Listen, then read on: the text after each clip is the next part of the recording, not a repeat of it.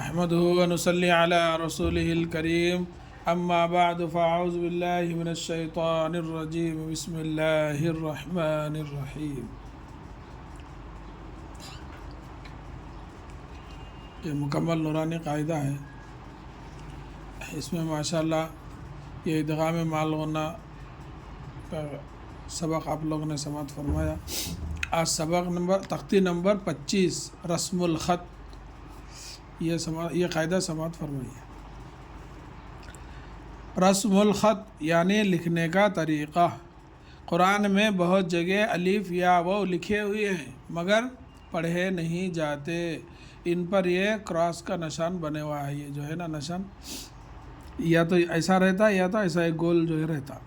یہ جب یہاں ہے دیکھیے، یہ الف نہیں پڑھا جاتا ہے، تو اس کے اوپر یا تو یہ ایسا گول نشان بنے ہوا رہتا یا نہ تو ایسا کراس کا نشان بنے ہوا رہتا۔ رسم الخط یعنی لکھنے کا طریقہ۔ قرآن مجید میں بہت جگہ الف و یا لکھے ہوئے ہیں مگر پڑھے نہیں جاتے، ان پر یہ کراس کا نشان بنے ہوا ہے۔ نیچے کے نقشے میں وہ الفاظ لکھ دیے گئے، یہ جو نقشہ ہے نا اس میں جو ہے یہ الفاظ لکھ دیے گئے ہیں۔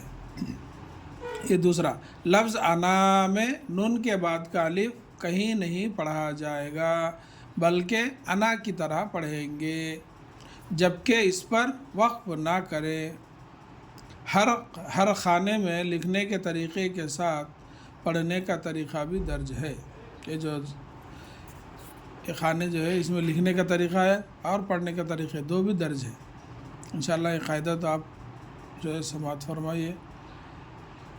اس میں جو ہے یہ ہے لفظ انا، قرآن میں جو ہے انا لکھا ہوا رہتا، جیسے یہاں ہے دیکھیے وَلَا أَنَا عَابِدٌ مَا عَبَدْتُمْ، اس کے اوپر یہ نشان ہے، تو یہاں جو ہے یہ الف کو نہیں پڑھ کے انا، حمزہ زبر آ نون زبر نہ، انا، یہ الف کو نہیں پڑھیں گے۔ تو ایسا جہاں بھی یہ انا لکھا ہوا جو رہتا وہاں جو ہے اپن انا پڑھیں گے اس کو۔ تو یہاں یہی قاعدہ ہے۔ یہ لفظ انا میں نون کے بعد کا الف کہیں پڑھا نہیں جائے گا بلکہ انا کی طرح پڑھیں گے، جبکہ اس پر وقف نہ کریں۔